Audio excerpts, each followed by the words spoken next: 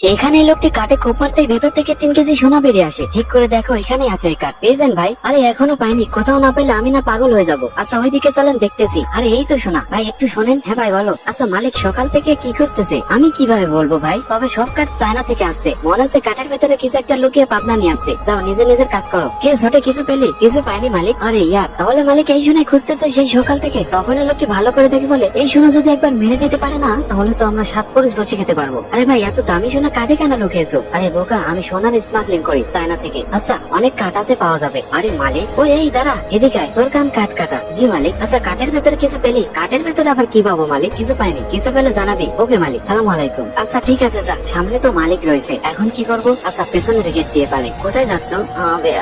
সুজু করতে যাচ্ছি। এই লাকড়িও কি সুজু করবে নাকি? সাথে নিয়ে যাচ্ছ? তুই তোর কাম কর। আচ্ছা আমি শহরে যাবো কাঠের গাড়ি নিয়ে, তুই যাবি? শহরে যাবে, এই তো সুযোগ। তখনই লোকটি গাড়িতে কাঠ তুলে দেয়। এই ভাই এই গাড়ি নিয়ে আমি যাবো, তুই যা, আমার কাম কর। আচ্ছা যা। আরে এই বড় কাঠ এখানে কি করে? হ্যাঁ সোনা। আরে এই তো আমাদের সোনা। তবে হারাম কর, সোনা পেলে আমাকে জানার লেখা কেন তাই বল। পেয়েছেন মালিক? আমার তো প্রথমেই সন্দেহ হয়েছিল। হ্যাঁ আমি বেঁচে গেছি।